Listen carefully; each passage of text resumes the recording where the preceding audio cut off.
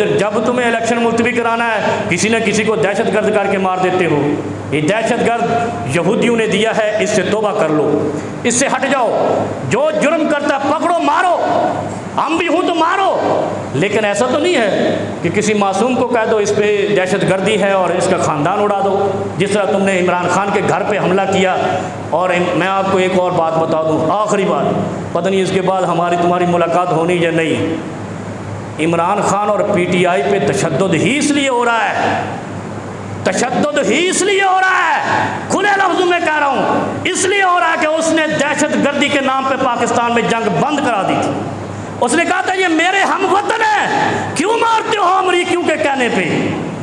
اس وجہ سے اس کے لوگوں کو پکڑ پکڑ کے یہ بہیمانہ تشدد کر رہے ہیں۔ تو تم نے کیسے کہہ دیا کہ امریکہ ہمارا باپ نہیں ہے، ہم غلام نہیں ہیں؟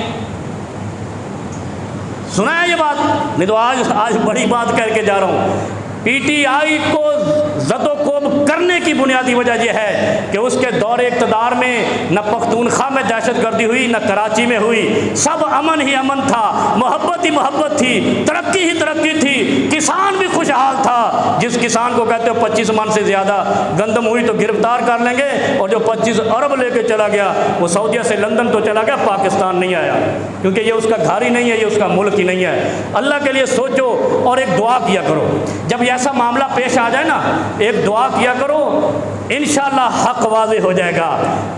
پر پڑھا کرو اللہم ارنا الحق حقا وارزقنا اتباع، اے اللہ حق کو ہم پر واضح کر دے اور اس کی اتباع کرنے کی توفیق دے دے۔ وارنا الباطل باطلا وارزقنا اجتنابا، اے اللہ باطل کو ہم پر واضح کر دے اور اس سے اجتناب کرنے کی توفیق عطا فرما دے۔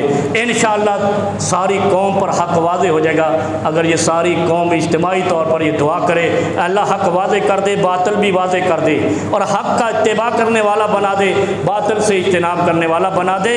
انشاءاللہ پھر ہم بھی امن سے زندگی گزاریں گے پاکستانی۔